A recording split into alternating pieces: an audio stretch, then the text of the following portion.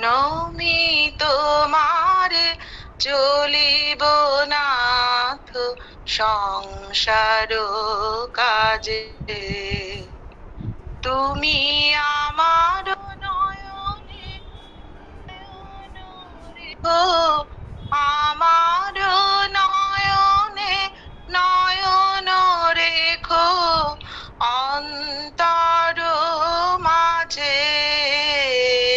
আজি প্রণমি তোমারে চলিব নাথ সংসার কাজে। হৃদয় দেবতা রয়েছ প্রাণে, মন যেন তাহানি অত জানে। হৃদয় দেবতা রয়েছ প্রাণে, মন যেন তাহানি অত জানে। পাপের চিন্তা মরে যেন দহি দুঃসহ লাজে। আজি প্রণমি তোমারে চলিব নাথ সংসার কাজে। সব কলরবে সারা দিন মান, শুনিও নাদি সঙ্গীত গান। সবার সঙ্গে যেন অবিরত তোমার সঙ্গ রাজে। সব কলরবে সারা দিন মান, শুনিও নাদি সঙ্গীত গান। সবার সঙ্গে যেন অবিরত তোমার সঙ্গ রাজে। নিমেষে নিমেষে নয়নে বচনে সকল কর্মে সকল মননে, সকল হৃদয় তন্ত্রে যেন মঙ্গল বাজে। আজি প্রণমি তোমারে চলিব নাথ সংসার কাজে। তুমি আমার নয়নে নয়ন রেখো অন্তর মাঝে। আজি প্রণমি তোমারে চলিব নাথ সংসার কাজে। নমস্কার।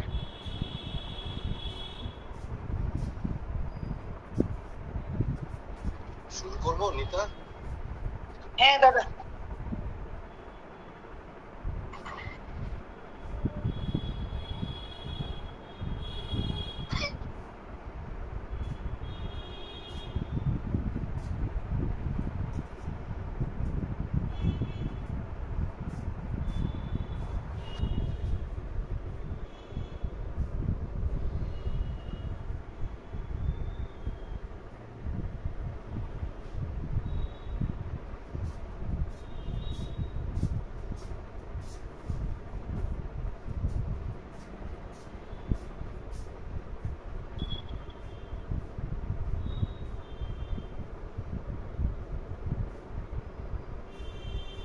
Savitri, Book 1, Canto 4, The Secret Knowledge, পৃষ্ঠা 53।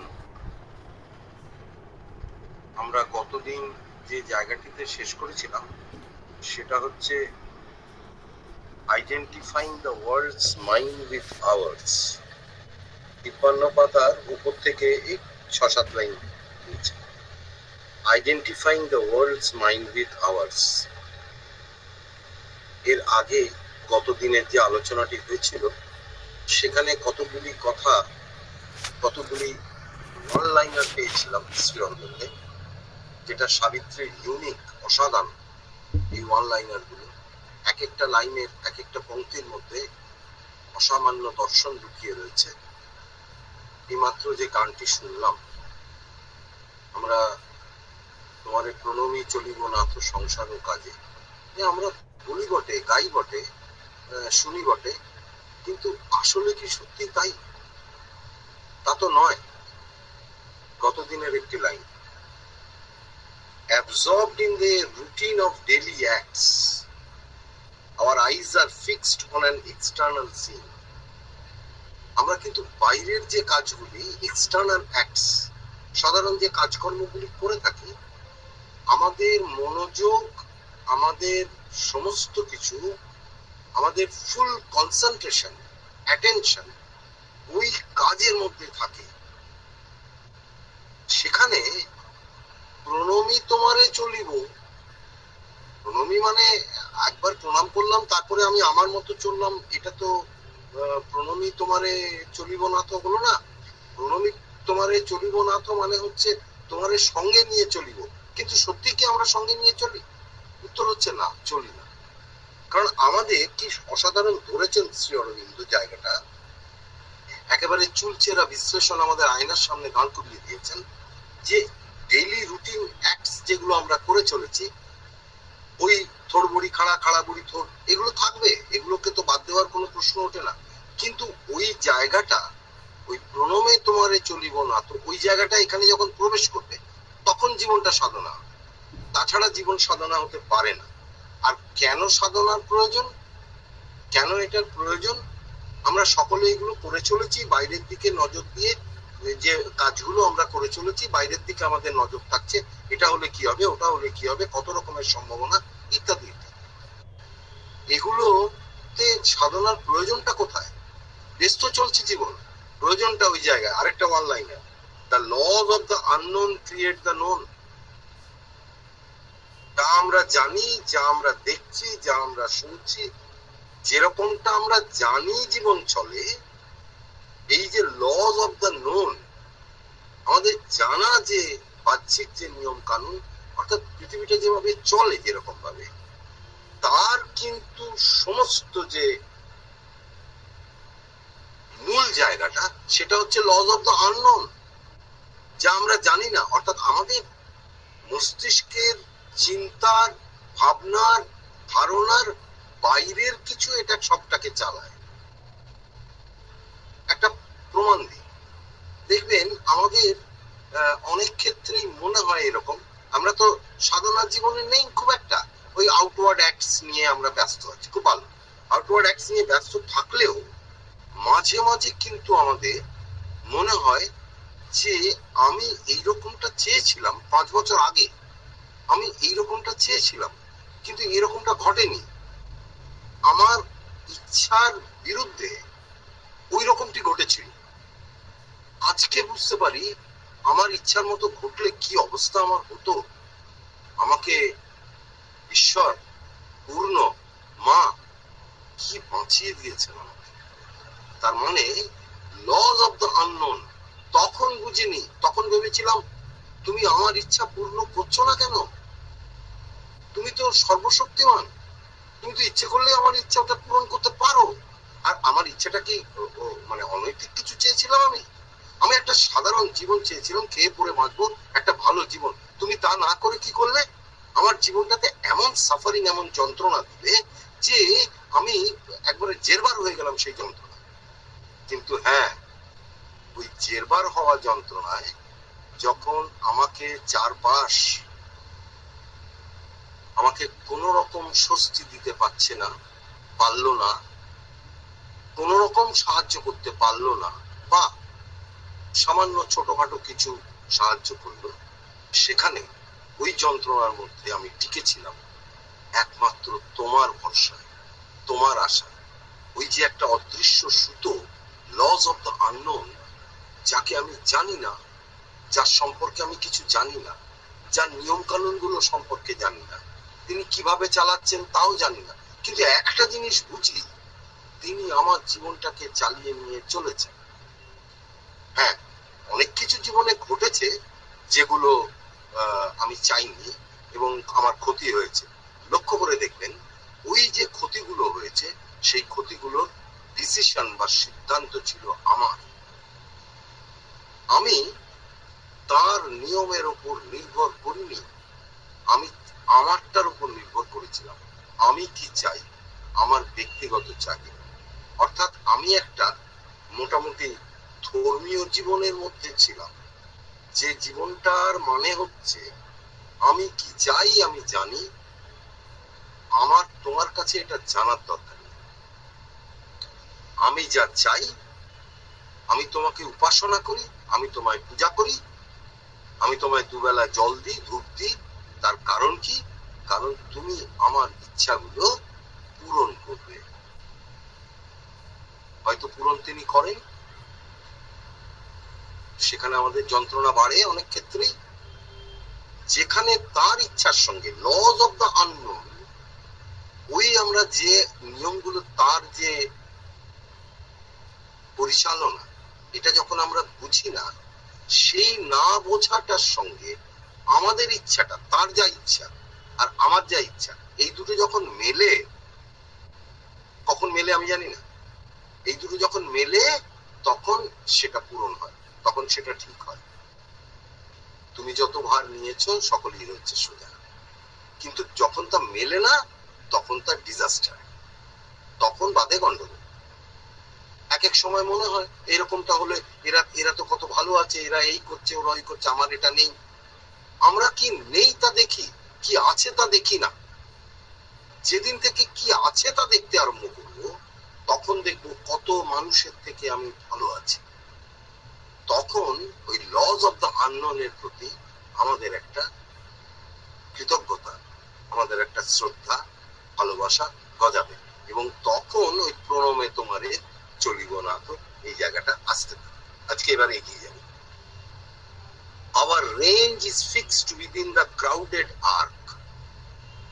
আমাদের যে গণ্ডি, সেটা ওই একটা বিশেষণ ব্যবহার করছে, ক্রাউডেড আর্ক। আর্ক একটা যে একটা গোলকের মতো তৈরি হয়েছে, একটা উপবৃত্ত তৈরি হচ্ছে, একটা ক্ষেত্র তৈরি হচ্ছে, যে ক্ষেত্রটার মধ্যে আমার চিন্তা ভাবনা ইত্যাদি সব বিচরণ করে, আমার ভাবনা, চিন্তা, ধারণা ইত্যাদি। ওইটার বাইরে কিন্তু কিছুতেই যায় না।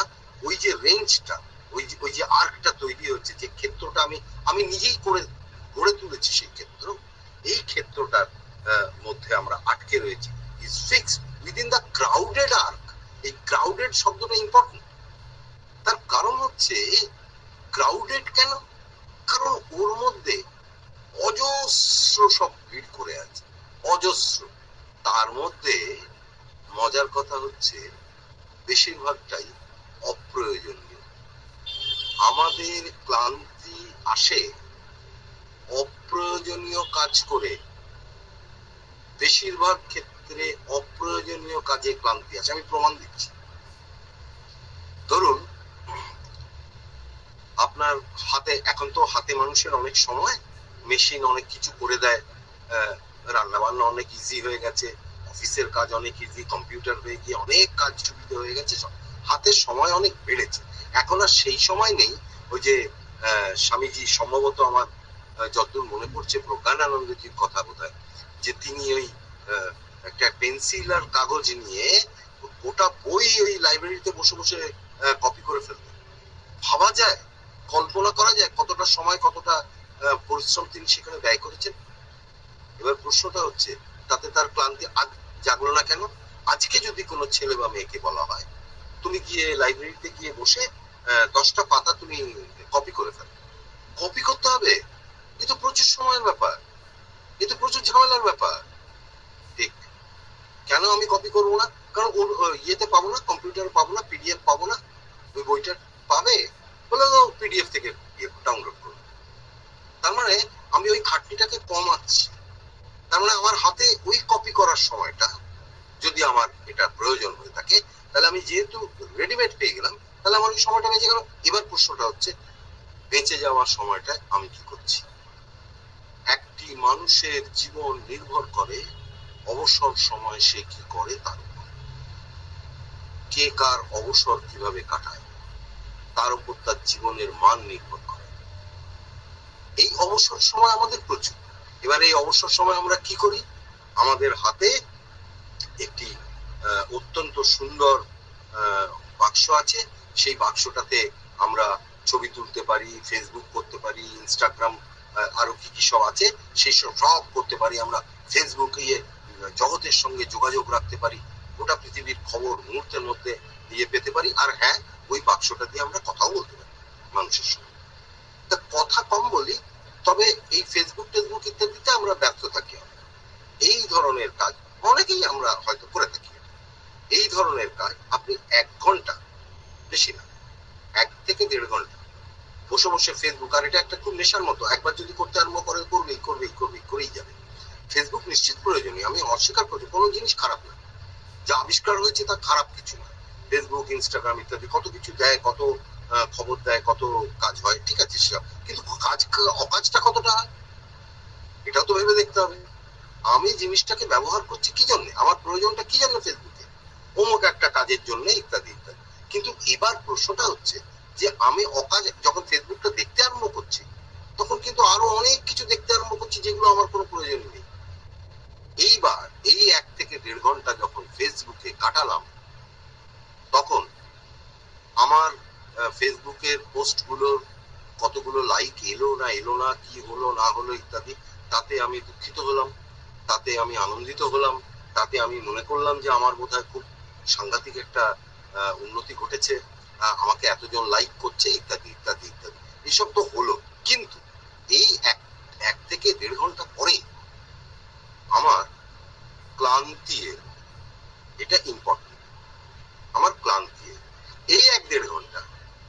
এবার একজনের একটা ক্ষেত্রে এটা, আবার 1-1.5 ঘন্টা একটি ছেলে বা মেয়ে বা মানুষ যে কেউ, আমরা এই 1-1.5 ঘন্টা একটা উন্নততর কিছু, একটা এমন কিছু যা আমার সাবজেক্ট অফ ইন্টারেস্ট, আমার ভালো লাগার, আমি সেটা পড়াশোনা করলাম।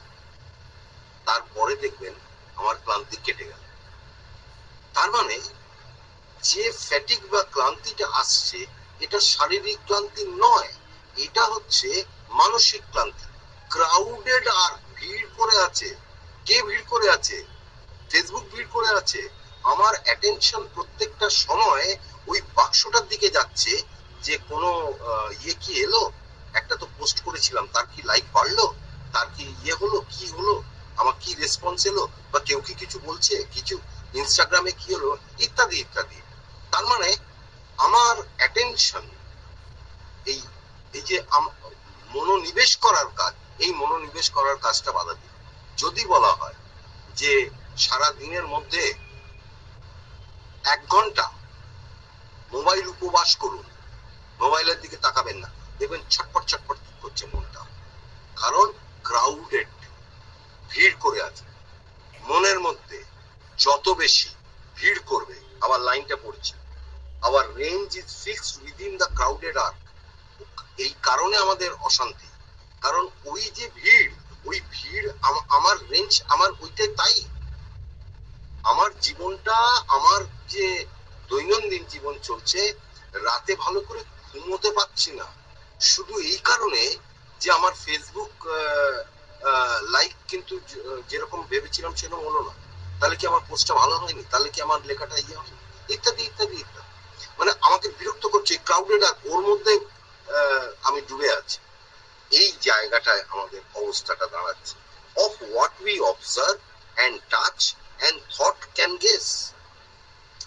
যা কিছু আমরা দেখি, অবজার্ভ, আমরা দেখছি টেকছি, যা কিছু নজর রাখছি, যা কিছু ছুঁচ্ছি, টাচ মানে যার সঙ্গে আমাদের যোগাযোগের ক্ষেত্রে টাচ মানে ফিজিক্যাল টাচের কথা বলা হচ্ছে না। অ্যান্ড থট ক্যান গেস, চিন্তা যেখানে যেতে পারে। চিন্তা কোথায় যেতে পারে?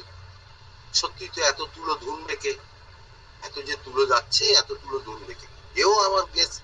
এই জাতীয় যে জায়গা, এইটা নিয়ে ক্রাউডেড আমাদের যে সাধারণ জীবন, এই জীবনটা ক্রাউডেড।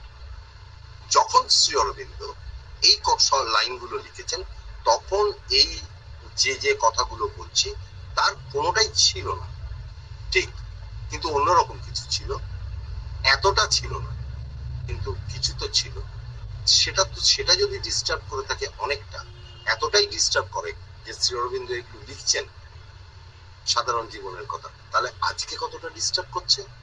আজকে সেই ডিস্টারবেন্সটা অনেক বেশি বেড়েছে। এবং আজকে বর্তমান যে পরিস্থিতি গোটা পৃথিবীর, ভারতবর্ষের, স্টেটের, আমাদের চারপাশের এই যে অসহিষ্ণুতা, এর বিরাট কারণ কি এটা নয়? আমরা প্রাণিকভাবে ভীষণভাবে অসহিষ্ণু হয়ে গেছি ওই কারণে।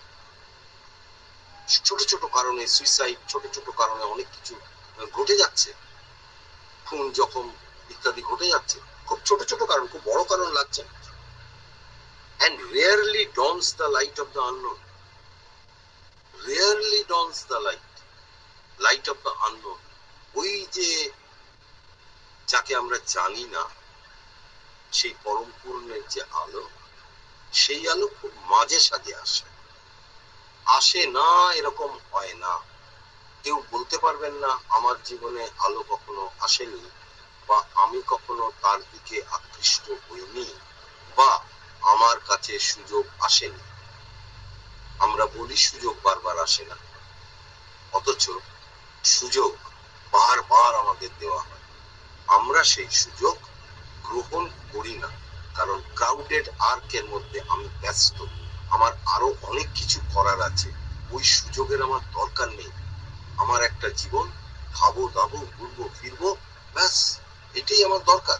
কিন্তু হ্যাঁ, যখন আমি এইগুলো করে একটা সময় পর্যন্ত এইগুলো করে নিয়ে তার যন্ত্রণাগুলো যখন ভোগ করতে আরম্ভ করবো, শারীরিক, মানসিক, প্রাণিক ইত্যাদি যন্ত্রণাগুলো ভোগ করতে আরম্ভ করবো, যেমন অখাদ্য কুখাদ্য খেয়ে যখন পেটের ডাইজেস্টিভ সিস্টেম গন্ডগোল করতে আরম্ভ করবে, ডাক্তারের কাছে দিতে হবে, বারবার হাসপাতাল যেতে হবে, ডাক্তারের কাছে যেতে হবে, তখন কিন্তু আমরা বলবো যে তুমি আমারে কি করলে, তুমি তো সারিয়ে দিতে পারো, আমি তো তোমাকে ডাকছি, আমি তো তোমার দুবেলা পুজো করি।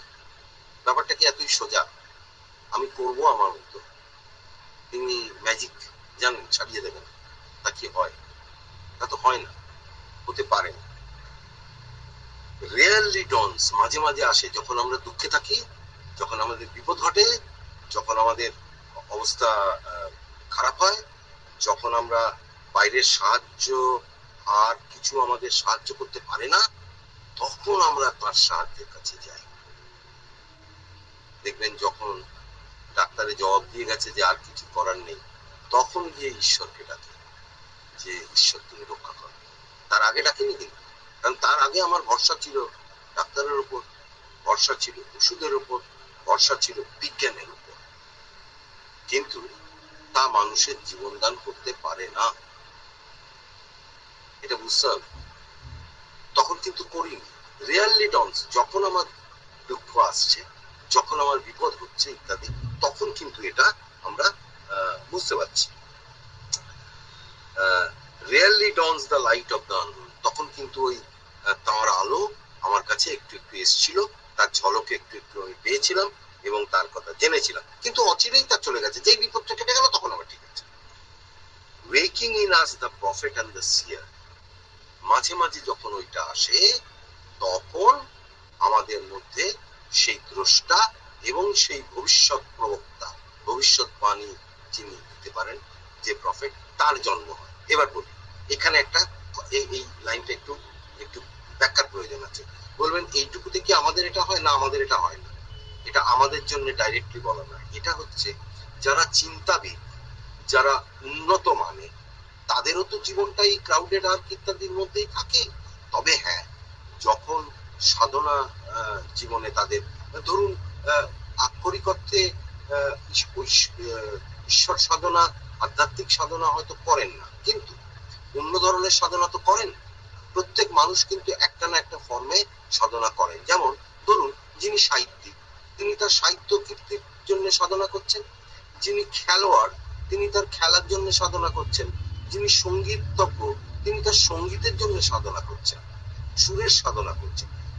যে কোনো ধরনের সাধনা মানুষ করুক না কেন, সেই সাধনা একটাই হয়, দুরকম হয় না। তার যে ফললাভ, ওই সাধনার যে ফললাভ, ওই ফললাভের ফলে কিন্তু ওই জায়গাগুলোই আসে।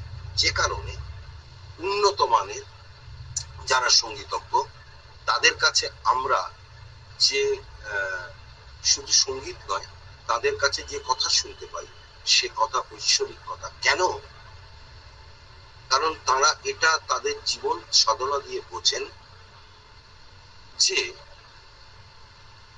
তিনি করালে হয়, তিনি না করালে হয় না। আমি যতই সাধনা করে নিই, 10-12 ঘন্টা প্র্যাকটিস করে নিই আর এ করে নিই, যাই করি, যেদিন তার সঙ্গে সংযোগটা ভালো থাকে সেদিন কাজ ভালো হয়। যেদিন সংযোগ কম থাকে সেদিন ততটা কাজ হয় না, আর যেদিন আরো কম থাকে সেদিনকে খুব কম কাজ হয়। এটা তারা বোঝেন। অর্থাৎ সোজা কথা একটা জিনিস বুঝতে পারেন, আমি করছি বটে কিন্তু আমি নয়, আমার মধ্যে দিয়ে কেউ করছে। রবীন্দ্রনাথের বিভিন্ন কথাবার্তায় এই কথা অত্যন্ত স্পষ্ট যে আমি যা লিখেছি তার অর্থ এখন আর আমি করতে পারবো, কারণ আমার মধ্যে একজন আসিয়া তাহা লিখিয়া চলিয়া গিয়াছেন, এখন আর তাহাকে পাইব। অসামান্য সমস্ত সৃষ্টি রবীন্দ্রনাথ করেছেন, অসামান্য রচনা রবীন্দ্রনাথ করেছেন। সেই ক্ষেত্রে গুলোতে ওই মাঝে মাঝে তব দেখা পাই, চিরকাল কেন পাই না, ওই যে প্রার্থনা, ওই প্রার্থনা অত্যন্ত প্রাসঙ্গিক। তার কারণ হচ্ছে waking in us the prophet and the saint. ওই মাঝে মাঝে যখন আসে ওই আননোন, তার যে আলো, তার যে প্রভাব যখন আসে, তখন ওই তার মধ্যে, ওই ব্যক্তির মধ্যে জাগ্রত হয় সেই অসামান্য ব্যক্তি, যাকে দিয়ে ওই কাজটা তিনি করার। এই জন্য রবীন্দ্রনাথের এই লাইনগুলি, বহু লাইন এরকম হয়েছে, এবং ভারতবর্ষের অধ্যাত্মে মানে দু রকমের সংযোগ হয়, দু রকমের সংযোগ হয়। একটা হচ্ছে ফ্ল্যাশ, অর্থাৎ হঠাৎ একটা ফ্ল্যাশ আসে, এটা একটা সংযোগ, আবার সেই ফ্ল্যাশটা চলে যায়, যেটা রবীন্দ্রনাথের ক্ষেত্রে বলছি বা সঙ্গীতজ্ঞদের ক্ষেত্রে বলছি, সেটা খেলোয়াড়দের ক্ষেত্রেও হতে পারে। আরেকটা হচ্ছে কনস্ট্যান্ট সেই চেতনায় বাস করে, অর্থাৎ ঊর্ধ্ব চেতনা মাঝে মাঝে এই চেতনার মধ্যে, এই যে ক্রাউডেড আর্থ, এই জায়গাটার মধ্যে, গণ্ডির মধ্যে, মনের গণ্ডির মধ্যে উচ্চতর চেতনা প্রবেশ করে, মনকে উদ্ধারিত করে, তুলে ধরে চেতনার উচ্চ স্তরে, এবং সেখান থেকে ওই সৃষ্টি বা ওই কাজগুলো হয়। কিন্তু সবসময় হয় না, ওটা আবার চলে যায়। অর্থাৎ সংযোগটা স্থায়ী নয়, মাঝে মাঝে তব দেখা পাই, চিরকাল কেন পাই না।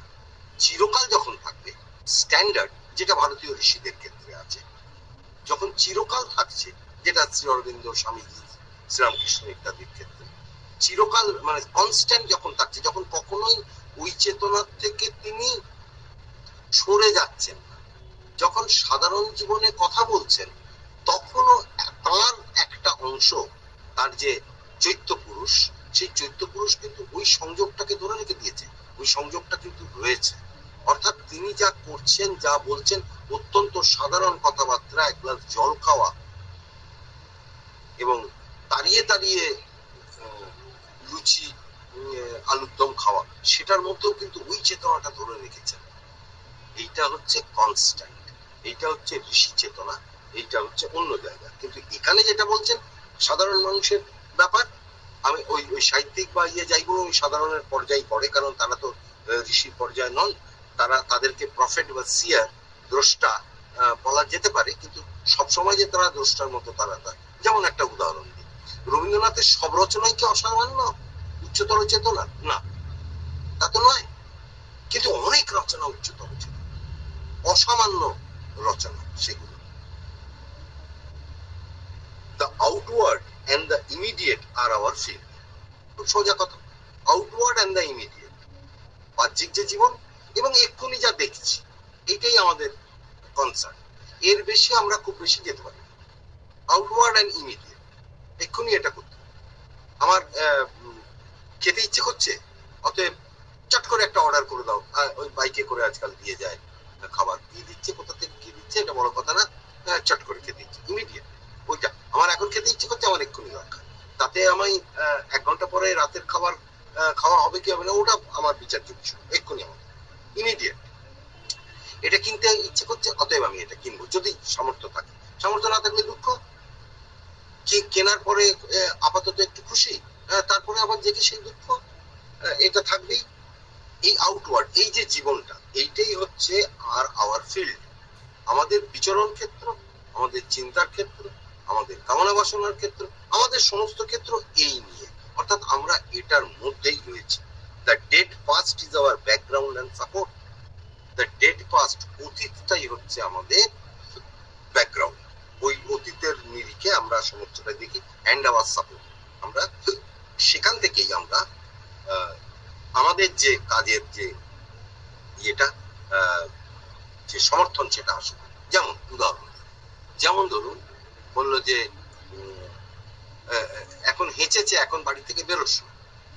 কেন হেঁচেছে বাড়ি থেকে? তার সঙ্গে একটা মানুষের হাঁচি হতে পারে না, তার সঙ্গে আমার বেরোনোর কি সম্পর্ক? বাজে কথা বলিস না, যা বলছি তাই শোন। অর্থাৎ এই যে ডেড পাস্ট, অতীতে কেউ কখনো এটাকে একটা ইয়ে করে দিয়েছিল, এখন সেটা নিয়ম হয়ে গেছে, ওইটাই সাপোর্ট। সাপোর্টটা কোন জায়গায়? ও ছেলেবেলা থেকে, এটা অত কথা বলতে পারবো না, ছেলেবেলা থেকে শুনে আসছি, যেটা আছে সেটা আছে, ওখান থেকে বেরোতে আমরা ভয় পাই। এটা হচ্ছে সোজা, বেরোতে আমরা ভয় পাই। আর জেনে রাখুন, যদি না বেরোতে পারি তাহলে কখনো এগোতে পারবো। আপনি পেছনের যে অবলম্বনটা, ওই অবলম্বনটাকে যদি আঁকড়ে ধরে থাকেন, তাহলে সামনের দিকে কখনো এগোতে পারবেন? পারবেন না তো। ওই অবলম্বনটা তো আপনাকে টেনে নিয়ে যাবে।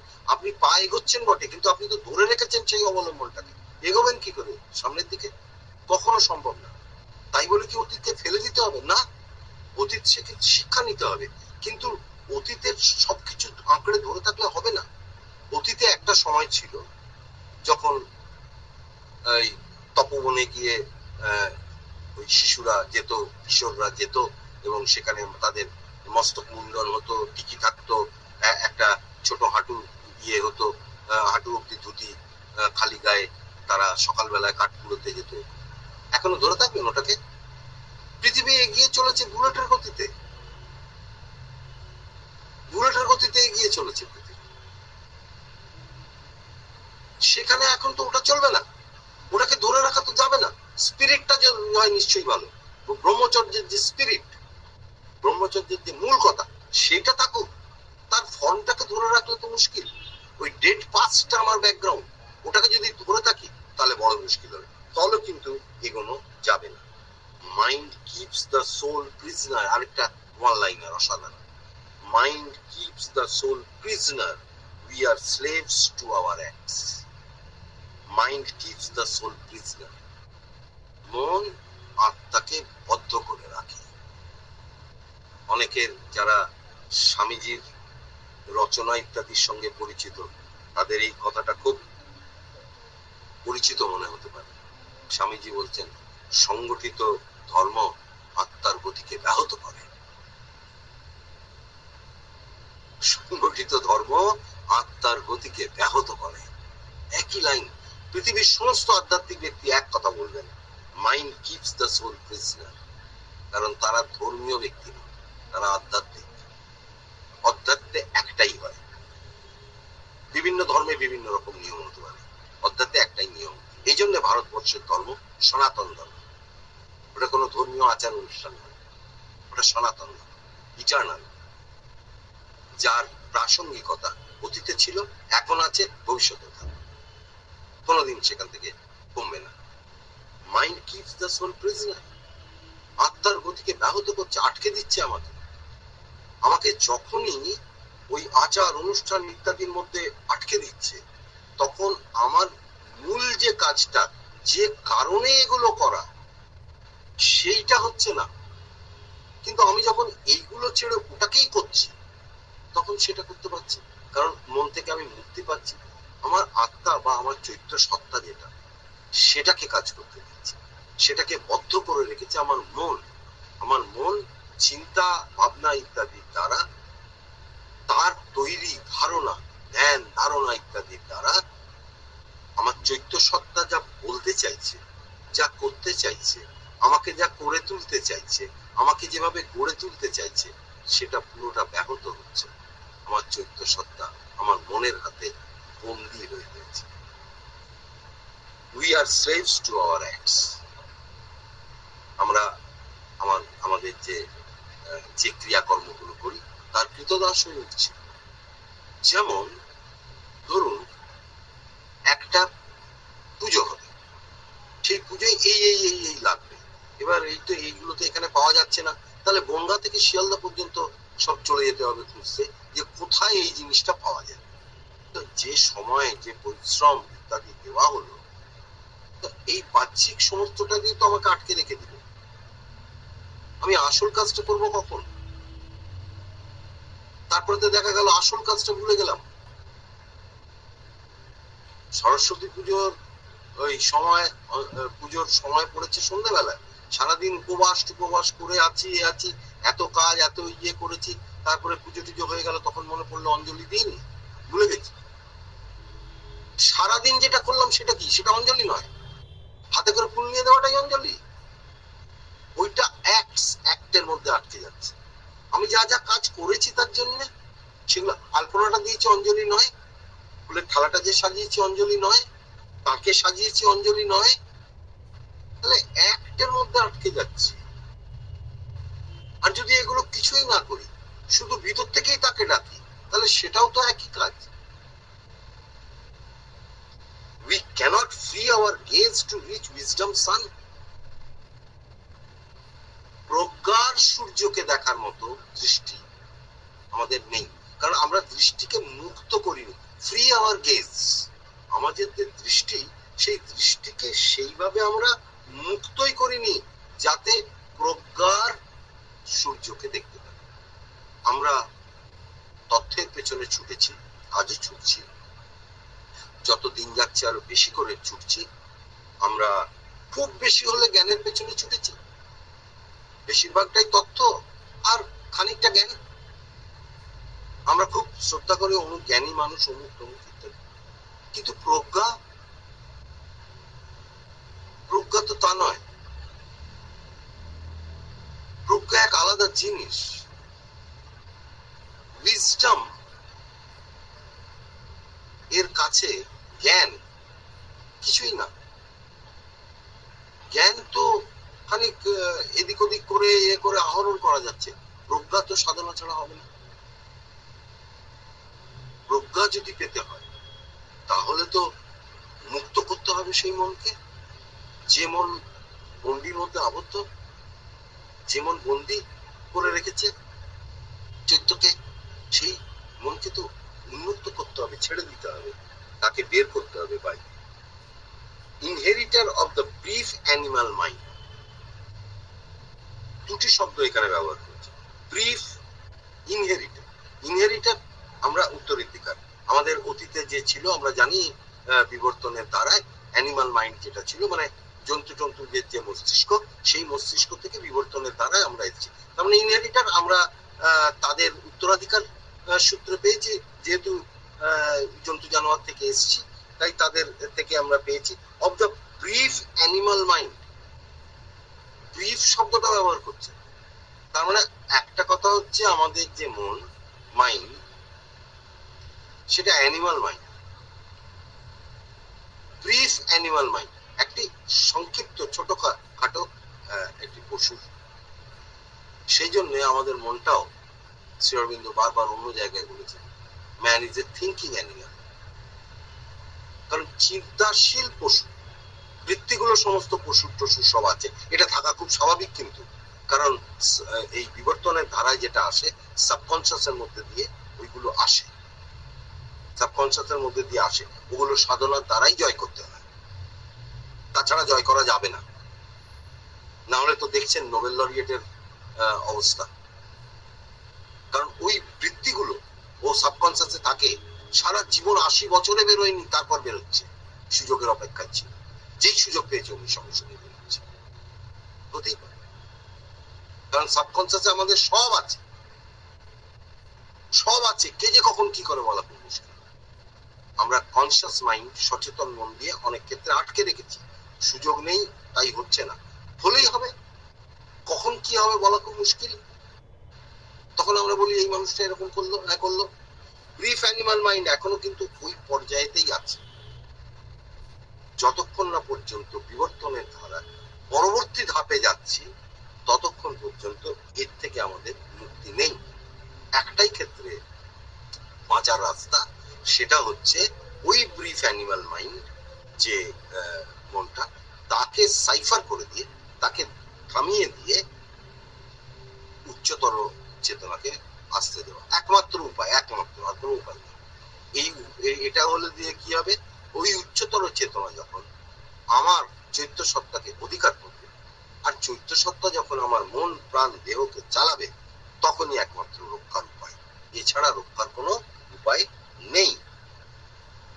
Man still a child in nature's mighty hands. নেচারের এনটা ক্যাপিটাল, তার মানে বিশ্ব প্রকৃতির কথা বলছে। ম্যান স্টিল এ চাইল্ড, এখনো সে শিশু। এই কথাটা শুনলেই কিন্তু অনেকে খেপে যাবে, কি শিশু? জানেন, কিছু জানেন শ্রী অরবিন্দ? আমরা চাঁদে যাই, আমরা চাঁদে যাই, 9 মাস পরে মানুষ ফেরত আনি। কোথায় চলে গেছে বিজ্ঞান? অমুক হচ্ছে, তমুক হচ্ছে, ইত্যাদি ইত্যাদি ইত্যাদি প্রচুর কথা বলি। Still a child. যা কিছু বিজ্ঞান করছে তা ভারতীয় ঋষিরা বহুকাল আগে তাদের ইনটুইশনের দ্বারা দেখিয়ে দিয়ে গেছেন পথ। তার বাইরে খুব বেশি কিছু হয়নি। হ্যাঁ, তার যে মূল জায়গাটা সেটা হয়নি, কিন্তু হ্যাঁ তার ধাপে ধাপে উন্নয়ন সেটা হতেই পারে। বিজ্ঞানের যা লক্ষ্য, আধ্যাত্মিকতারও তাই। সুতরাং বিজ্ঞানকে কোনো খাটো করা হচ্ছে না কিছু, নিশ্চিত বিজ্ঞানের দান আছে, কিন্তু বিজ্ঞানের মূল লক্ষ্য কিন্তু আধ্যাত্মিকতা, সেটা এখন বিজ্ঞানও স্বীকার করছে। বর্তমানে বিজ্ঞানের খবর যারা রাখেন তারা জানবেন, নিউরোসায়েন্স ইত্যাদি তারা স্বীকার করছে, তারা এখন চেতনাকে নিয়ে কারবার করছে, এবং তারা এটা বুঝেছে যে সাংঘাতিক জিনিস। এবং ভারতবর্ষের যে যে নিয়ম কানুন গুলো, বা নিয়ম নয়, মানে ভারতবর্ষের যে ধরুন মন্ত্র উচ্চারণ ইত্যাদি যেগুলো ছিল, তার সাইন্টিফিক গুরুত্ব কি ছিল, বৈজ্ঞানিক ভিত্তি একদম। এবং সাউন্ড এটা যে সৃষ্টির আদি, সেখান থেকে উৎপত্তি ইত্যাদি, সেটা আজকে বিজ্ঞান স্বীকার করছে। এবং এই শব্দের দ্বারা যে কত কিছু করা যেতে পারে সেটাও বিজ্ঞান এখন স্বীকার করছে। অনেক কিছু বিজ্ঞান স্বীকার করছে যেটা ভারতবর্ষে মূল ছিল। সেজন্য এটা খুব ইন্টারেস্টিং ব্যাপার হয়ে এখন দাঁড়িয়েছে। যদিও আমরা ছোটখাটো, আমরা এখনো পর্যন্ত স্টিলে চাই, এত কিছু করার পরেও আমরা যা জানি, বিজ্ঞান যা জানে, তা হিমশৈলের চূড়া মাত্র। তার তলায় বহু কিছু আছে বিজ্ঞান যা জানে না। ইন নেচারস মাইটি হ্যান্ডস, বিশ্ব প্রকৃতির এই বিশাল হাতে শুধু শিশু মাত্র। তার মানে বিশ্ব প্রকৃতির মধ্যে এখনো কিছু আছে। আর আমরা কি করছি? আমরা সেই বিশ্ব প্রকৃতিকে জয় করার চেষ্টা করছি। হিমালয়ে 5 স্টার হোটেল বানাবো, গাছপালা কেটে দিয়ে সেখানে বড় বড় বিল্ডিং বানাবো, সুন্দর দেখতে বিল্ডিং বানাবো, সমুদ্রে যত নোংরা ফেলবো, প্রাণীগুলো মরে মরুক, আমার কি? মানুষ, তুমি এই পৃথিবীতে সবচেয়ে নবীন। এই পৃথিবীর অধিকার তোমার যত, তার চেয়ে অনেক বেশি তোমার আগে আসা পশু পক্ষী, গাছপালা ইত্যাদিদের। কোন অধিকারে তুমি এদের বধ করো? এর ফল তুমি দেবে না। সেই কারণে আজকে ওই সুনামি, অগ্নুৎপাত, আগ্নেয়, মানে কি নয়, হোয়াট নট, এই বিভিন্ন জিনিসগুলো, বিভিন্ন যে রোগ, এই যে করোনা পেরিয়ে এলাম, আরো কত কিছু আরো আসবে, এ তো আসতে বাধ্য। নেচার, বিশ্ব প্রকৃতি মা হয়ে আমাদের রক্ষা করেন, রসদ যোগান, বুকের দুগ্ধ পান করান, কিন্তু মায়ের বুকের রক্ত পান করতে চাইলে তখন তিনি ছেড়ে কথা বলবেন। আমরা শুধুমাত্র বিশ্ব প্রকৃতির হাতে খেলা, মানে শিশুর খেলা মাত্র। In the succession of the moment's lives to a changing present is his narrow right. In the succession of the moment's lives, মানুষের যে জন্ম, মানুষের যে জীবন ক্ষণমাত্র। কেন বলছেন এই কথাটা ক্ষণমাত্র? বলে কোথায় ক্ষণমাত্র মশাই? কি বিশাল জীবন, 70, 80, 100 বছর বাঁচছি। মহাকালের কাছে এই সময়টা কোনো সময় না। সুতরাং সেই যে মূল যে কাল, যে আমরা যে কালের কথা বলি, এটা তো আমরা আমাদের সুবিধা মতো ভাগ করেছি, ঘড়ি, ঘন্টা, বছর, মাস ইত্যাদি। তার তুলনায় ওর তুলনায় তো এটা কিছুই না। এই জন্য বলছেন মোমেন্টস, মানে একেবারে খুব ক্ষণকালের আমাদের এখানে জীবন, মোমেন্টস লাইফস। আমাদের জীবনগুলো খুব ন্যারো, ছোট। To a changing present is narrow, right? আমরা কতটুকু করতে পারি টু এ চেঞ্জিং প্রেজেন্ট? এখন বর্তমানটাকে শুধু একটু বদলে, পার্মানেন্টলি কিছু বদলাতে পারবো, বর্তমানটাকে একটু বদলে। কি করলাম? ট্রেনগুলো 120 কিলোমিটার বেগে যাচ্ছিল, একটা ট্রেন আবিষ্কার করলাম যেটা 150 কিলোমিটার 200 কিলোমিটার বেগে যাবে। সেই নিয়ে কত হই হুল্লোড়, কত ইয়ে চললো, ইত্যাদি ইত্যাদি। যে এটা এই করছিল, ওটা ওই উনুনে রান্না করছিলাম, এখন গ্যাসে রান্না করছি, ইত্যাদি ইত্যাদি। এইভাবে moments life's, changing present is a narrow right. তাকে এটা দেওয়া হয়েছে, সেইগুলো ছোটখাটো জিনিসগুলো সে করে নি। His memory stares back at a phantom past. তার স্মৃতি শুধু ওই পেছনের অতীতের যে একটা অলিক, একটা মায়ামূর্তির মতো একটা যে অতীত আছে, যে অতীতটা সবসময় সত্য যে তা নয়, বা সবকিছু তাও নয়, সেই দিকে শুধু ফেরত তাকাচ্ছি। The future flees before him as he moves. যেমন সে এগিয়ে চলে, ভবিষ্যৎ তার কাছ থেকে ওই মরুদ্যানের মতো আরো দূরে দূরে দূরে দূরে সরে যায়। ভবিষ্যৎকে দেখার মতো, ভবিষ্যৎকে বোঝার মতো, ভবিষ্যৎকে জানার মতো কোনো কিছু আমার নেই। আজকে এখন এই, কালকে আমার কি হবে জানি না, 1 ঘন্টা পরে, 5 মিনিট পরে, 1 সেকেন্ড পরে কি হবে জানি না। ভবিষ্যৎ সম্পর্কে আমরা জানি না, তাই যা জানি না তার সম্পর্কে আমরা ভীত। বলে আমাদের এলআইসি করতে হয়, আমাদের টাকা জমাতে হয়, কিন্তু কত টাকা জমালে আমার ভবিষ্যৎ সুরক্ষিত হবে তাও জানি না। এত অর্থ যে উপার্জন করছি, আমি তো জানি আমি কিছুই নিয়ে যেতে পারবো না। তাহলে এই যে কয়েক হাজার কোটি টাকার সম্পত্তি, এটা কি হবে আমার? না লাগে এখানে মান, সম্মান, প্রতিষ্ঠা, অমুক তসুক ইত্যাদির জন্য এগুলো লাগে। মোমেন্টস লাইফস, একটা ছোট্ট জীবন। কে মনে রাখে? কে মনে রাখে? 50 বছর পরে কে মনে রাখে? 10 বছর পরে কে মনে রাখে? 1 বছর পরে কে মনে রাখে? হ্যাঁ, সেরকম একটা কিছু কীর্তি করলে তাকে মনে রাখে বটে, কিছুদিন, বেশ কিছুদিন পর্যন্ত। কিন্তু ভবিষ্যৎকে কে ধরার মতো কিছু করতে পেরেছি আমরা আজ পর্যন্ত? জানতে পারছি ভবিষ্যৎ কি? না, আন্দাজ করতে পারছি, জানতে কিছু পারছি। কিন্তু তাহলে যদি ভবিষ্যৎ অজানাই হতো, জানার কোনো সম্ভাবনা না থাকতো, তাহলে আমাদের ঋষিরা কি করে ভবিষ্যৎ দেখতেন, জানতেন?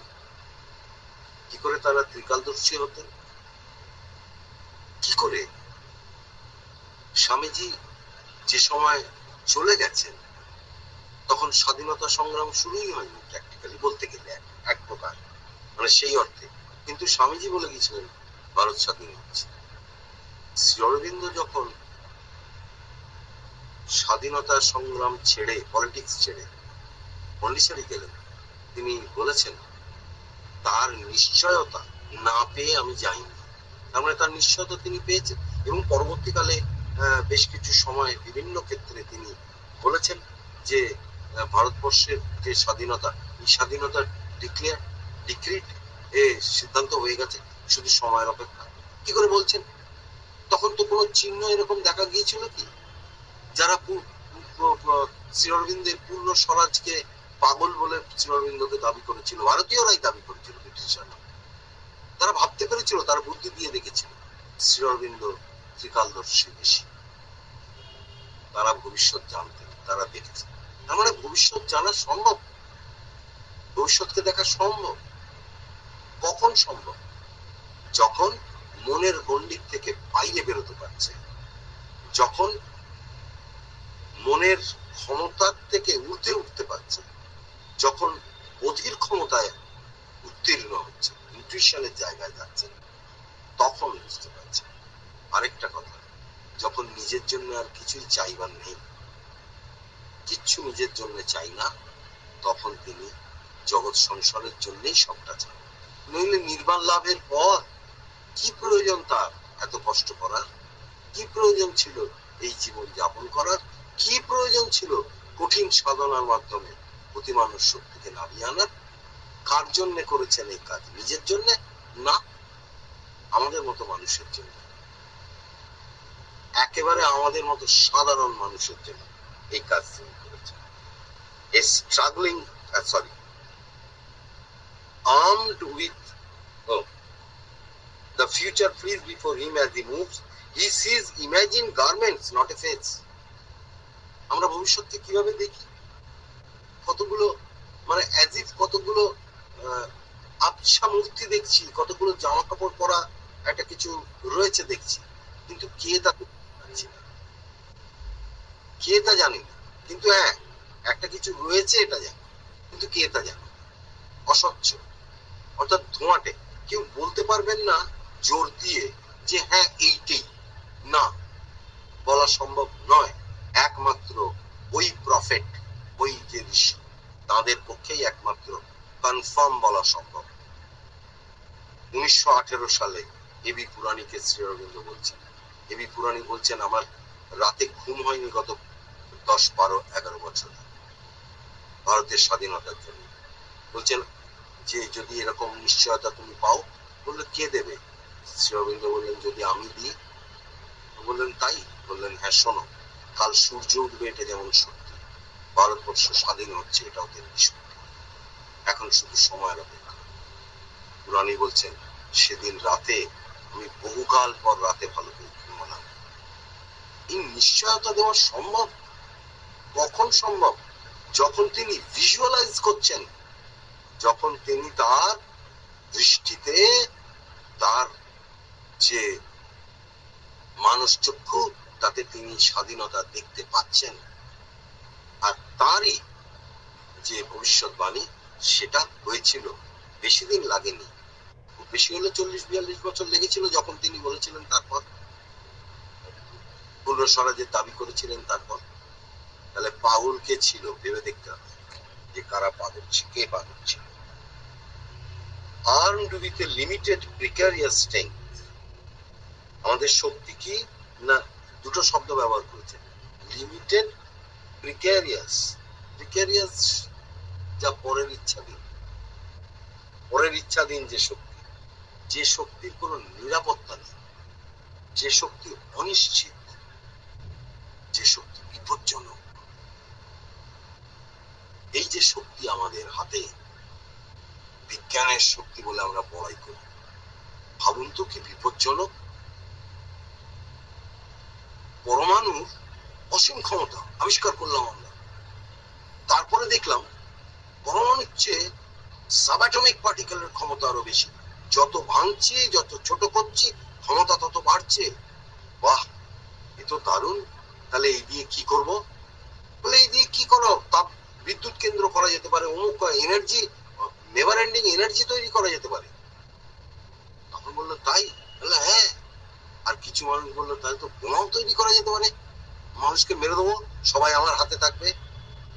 লিমিটেড প্রিক্যারিয়াস স্ট্রেংথ, স্ট্রেংথ আছে, লিমিটেড প্রিক্যারিয়াস। এই যে এখন সব যুদ্ধ টুদ্ধ চলছে, মাঝে মাঝে দেখা দিচ্ছে, আবার মাঝে মাঝে কমছে। এই যে সবাইকার একই হুঙ্কার, সবাই পরমাণু শক্তিধর, বলছে আমি কিন্তু ইয়ে করে দেবো, কি বলে, পরমাণু বোমা ফেলে দেবো অমুক জায়গায়। তখন সবাই আবার না না না না বাবা, তুমি পরমাণু বোমা ফেলো না, এটা ভয়ঙ্কর ব্যাপার হবে। কারণ একজন পরমাণু বোমা যদি ফেলে, তাহলে বাকিরা কি বসে বসে আঙুল চুষবে? তারাও তো ফেলবে। ভাবুন দেখি কি হবে।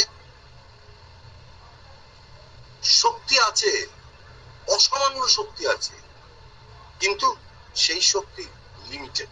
কেন লিমিটেড? সীমাবদ্ধ। কারণ এই হচ্ছে তার দৌড়, এর বাইরে যেতে পারবে না। ওই শক্তিকে কি কাজে লাগাবে? মানুষের উন্নতি কল্পে কি হচ্ছে? ওই বাহ্যিক কিছু উন্নতি। হ্যাঁ ঠিক, হাসপাতাল তৈরি হচ্ছে, রোগীর সংখ্যা কমছে কি? রোগ কেন বাড়ছে? কেন বাড়ছে রোগ এত? তার ব্যবস্থা করেছো কি? খাবে ফাস্ট ফুড, তা হাসপাতালে যাবে না? তাই আবার হয় নাকি? তুমি যা করছো তোমার জীবনে, তাহলে তো এটা হবেই, এটা খুব স্বাভাবিক। তাই তোমার শক্তি আছে ঠিক, তোমার হাতে প্রচুর শক্তি আছে, কিন্তু কিভাবে কাজে লাগাবে এটা তো বিজ্ঞান বলে দেবে না। ন্যাচুরালি এই শক্তিটা বিপজ্জনক। কিভাবে ওই শক্তি কাজে লাগানো হবে তা একমাত্র অধ্যাত্মই বলতে পারে। তাই আমাদের যে শক্তি is armed with a limited precarious strength, he saves his fruit of work from adverse chance. সে রক্ষা করার চেষ্টা করছে, তার বিরুদ্ধ যা কিছু তার থেকে সে এটাকে রক্ষা করার চেষ্টা করছে, এটা ঠিক। A struggling ignorance is his wisdom's mate. এই লাইনটা দিয়ে আজকে শেষ করব। A struggling ignorance is his wisdom's mate. অদ্ভুত লাইনটা না? A struggling ignorance. Ignorance অন্ধকার, struggling ignorance সংঘর্ষ করা অন্ধকার, অজ্ঞান, সরি অন্ধকার না, অজ্ঞানতা। Ignorance মানে অজ্ঞানতা, struggling ignorance সংঘর্ষ করছে, এটাও বুঝি। হ্যাঁ, অজ্ঞানতা সংঘর্ষ করছে, জ্ঞানের দিকে যাওয়ার চেষ্টা করছে, হ্যাঁ সংঘর্ষ করে। Is his wisdom's mate. Wisdom এলো কোত্থেকে? অজ্ঞানতা যদি থাকে তাহলে প্রজ্ঞা এলো কোত্থেকে? আর প্রজ্ঞার বন্ধু হবে কি করে? উইজডমের সাথী হবে কি করে? তা কি করে হয় যে এই ইগনোরেন্স, এই যে অজ্ঞানতা, সে হচ্ছে প্রজ্ঞার সাথী? তা কি করে হয়? হয় কি করে? আমাদের ভিতরের যে সম্ভাবনা, এই সম্ভাবনা দুটোই আছে। যাকে আমি উৎসাহ দেব সে বেড়ে উঠবে। আমরা যদি ইগনোরেন্স বা অজ্ঞানতাকে বাড়িয়ে তুলি, তাকেই যদি উৎসাহ দিই এবং তার মধ্যে ডুবে থাকি, অর্থাৎ অমুকে মিসাইল তৈরি করেছে 2000 কিলোমিটার দূরে, পিন পয়েন্ট জায়গায় মারতে পারে, আমাকে করতে হবে 3000 কিলোমিটার দূরে যাতে পিন পয়েন্ট মারতে পারে। এটা হচ্ছে স্ট্রাগলিং ইগনোরেন্স। কারণ আমি এটা যখন করছি, আরেকজন 4000 কিলোমিটার করবে, আরেকজন 5000 কিলোমিটার করবে, নেভার এন্ডিং। মারামারি বন্ধ হবে না, হানাহানি বন্ধ হবে। কখনো কি এটা বাদ দিয়ে মিলন ক্ষেত্র করতে পেরেছি? পারবো না। তার কারণ হচ্ছে যে ইগনোরেন্স আমাদের রয়েছে মনের মধ্যে, প্রচুর জ্ঞান থাকা সত্ত্বেও। শ্রী অরবিন্দের একটা কথা কোট করি, কোথায় বলেছিলেন মনে পড়ছে না আমার এক্সাক্ট সোর্সটা। ওভারফেড এন্ড ইয়েট ম্যালনিউট্রিটেড। অত্যধিক ভোজন করেছে কিন্তু অপুষ্টিজনিত রোগে ভুগছে। ম্যানকাইন্ড সম্পর্কে, মানবতা সম্পর্কে এর চেয়ে ভালো কিছু হয়। ওভারফেড এন্ড ইয়েট ম্যালনিউট্রিটেড। এত আমাদের রয়েছে, বাট ইগনোরেন্স। এত কিছু ক্ষমতা, এত কিছু শক্তি, এত কিছু উন্নতি, বিজ্ঞান ইত্যাদি করা সত্ত্বেও আমরা অজ্ঞান। কেন? আমি আমাকে কন্ট্রোল করতে পারি না, আমার বৃত্তিগুলোকে কন্ট্রোল করতে পারি না, আমার অ্যানিমালিটি কন্ট্রোল করতে পারি না। কেউ আজ পর্যন্ত কখনো বলেছে যে না, যুদ্ধ নয়, আক্রমণ করে অন্যেরটা নেওয়া নয়, আমারটা আমার, তোমারটা তোমার নিয়ে থাকো। একমাত্র সনাতন ধর্ম ছাড়া, একমাত্র ভারতবর্ষ চিরকাল দেখবেন এই কথা বলে এসেছে। ভারতবর্ষ প্রয়োজনে যুদ্ধ করতে হয়েছে, রামায়ণে যুদ্ধ হয়েছে, রাবণকে হত্যা করা হয়েছে। রাবণের রাজত্ব তো রাম নিয়ে নিতে পারতেন, নিয়েছেন কি? না, রাজত্ব কিন্তু তাকেই দিয়েছেন। সোনার লঙ্কা কম কথা নয়, লোভ হওয়া স্বাভাবিক, কিন্তু রামায়ণ মহাভারত দেখিয়ে দেয় যে কি ব্যাপার। কিন্তু এখন আমরা বলছি কি, বিজ্ঞান উন্নত, ইউরোপিয়ান কান্ট্রিদের পেছনে ছুটছি। ইউরোপিয়ান কান্ট্রি বর্বর জাতি ছিল যখন আমরা সবচেয়ে উন্নত ছিলাম। এই জ্ঞান ভারতবর্ষেরই ছিল একমাত্র। এই জ্ঞান, struggling ignorance is wisdom's name. Wisdom বা প্রজ্ঞা আমাদের মধ্যে বীজ আকারে আছে। প্রশ্নটা হচ্ছে, আমি কি তাকে খাবার দিই, আমি কি তাকে বাড়তে সাহায্য করি, নাকি আমি অজ্ঞানতাকে বাড়তে সাহায্য করি? আজকে এই জায়গায় শেষ করলাম। যদি কারোর কোনো প্রশ্ন বা কিছু যোগ করা থাকে তাহলে বলবেন, তা নাহলে এখানে শেষ করব।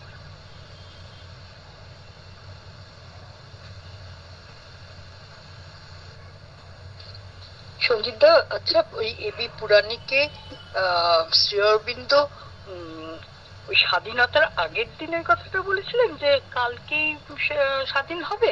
না না না, 1918 সালে বলেছিলেন যে কালকে যেমন সূর্য উঠবে, এটা ঠিক। এটা যেমন ডিগ্রি, তেমনি ভারতবর্ষ স্বাধীন হচ্ছে, এটাও। আচ্ছা, সেই দিন উনি ভালো করে ঘুমোলেন। হ্যাঁ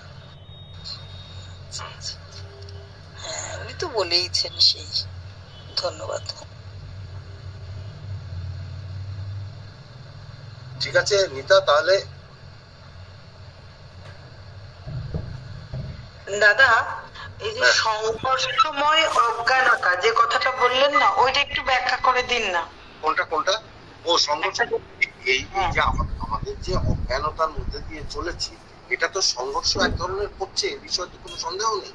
কারণ সে কিন্তু অজ্ঞানতার থেকে জ্ঞানের দিকে যাওয়ার চেষ্টা করছে, কিন্তু প্রজ্ঞা নয়। প্রজ্ঞা অনেক পরে।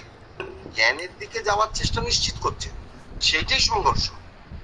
জ্ঞানের কিন্তু দিকে যাচ্ছে না তা নয়, অজ্ঞানতা থেকে জ্ঞানের দিকে যে যাচ্ছে না তা নয়, এবং যাওয়ার চেষ্টা করছে না তাও নয়, গেছেও অনেকটা, এও ঠিক। কিন্তু প্রজ্ঞা নয়। প্রজ্ঞা আমাদের ভেতরে রয়েছে, দুটোই রয়েছে। প্রজ্ঞাকে যদি বাড়াবার চেষ্টা করি সেটা একরকম। আর আমি একটা উদাহরণ দিই যাতে তোমার এই দ্বন্দ্বটা একটু স্পষ্ট হবে। যেমন ধরো, এই যে সাবিত্রী, লাইফ ডিভাইন ইত্যাদি, এইগুলো পড়া মানুষ বলেন যে এগুলো নাকি ভয়ঙ্কর কঠিন ইংরেজি। তা ইংরেজি যদি কঠিন হয়, তাহলে যারা খুব ভালো ইংরেজি জানে তাদের বোঝার কথা, তাই কি? তারা কি বোঝে? বোঝে না। কেন বোঝে না? এটা প্রশ্ন, কেন বোঝে না? তাদের কি জ্ঞানের অভাব আছে? না। দুটো ইংরেজির দুটো ডক্টরেট ভারতবর্ষে যে কজন ভালো ইংরেজি লিখে গেছেন, তাদের আমি নাম করছি না, কিন্তু তাদের মধ্যে একজন নাম করা লোক, এক নাম করলেই চিনবেন, এখন আর দেহে নেই, যাই অসামান্য ইংরেজি লিখতেন। তিনি সাবিত্রী সম্পর্কে বলেছিলেন 24,000 বোগাস লাইন্স।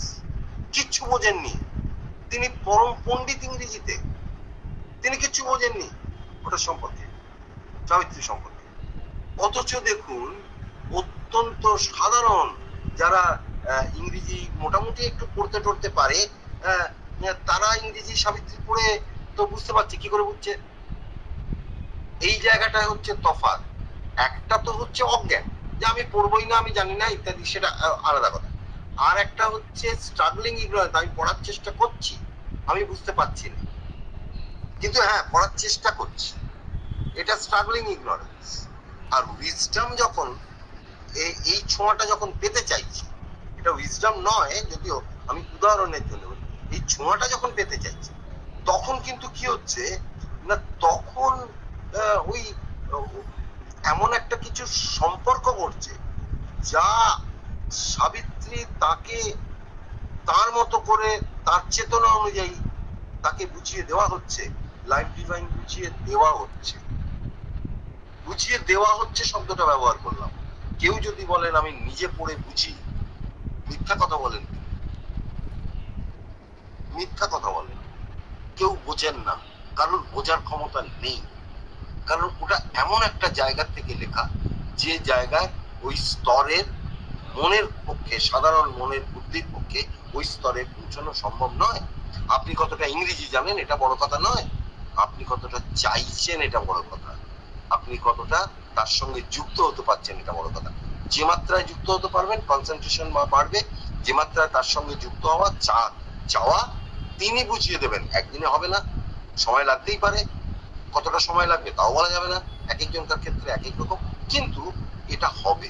তার মানে একটা ক্ষেত্রে স্ট্রাগলিং ইগনোরেন্স কিন্তু কাজ করছে, আরেকটা ক্ষেত্রে উইজডমের ছোঁয়া লাগছে, যে কারণে প্রজ্ঞার ক্ষেত্রে যেটা হয় সেটা হচ্ছে ওখান থেকে আসে, ওটা ওটা লেখাপড়া করে, বই পড়ে বা জীবন দর্শন বা ইয়ে ওইসব দিয়ে বোঝা যায়।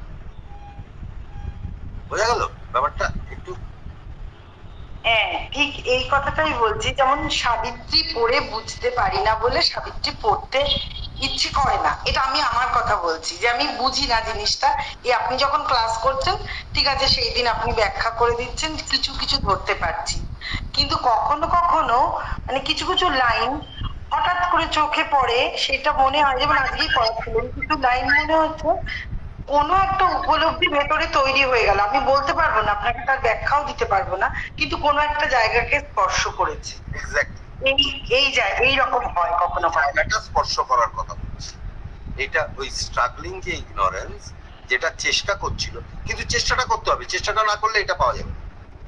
এই যে স্পর্শটা করছে, এটা চেষ্টাটা না করলে কিন্তু পাওয়া যাবে না, চেষ্টাটা করতে হবে, কিন্তু ফললাভটা কিন্তু ওইভাবে আসবে। যে মানে রোজ যদি পাতা উল্টে উল্টে দেখি যে কতটা ফললাভ হলো, তাহলে হবে না। ঠিক আছে, হ্যাঁ দাদা, তাহলে শেষ করি আজকে। ঠিক আছে।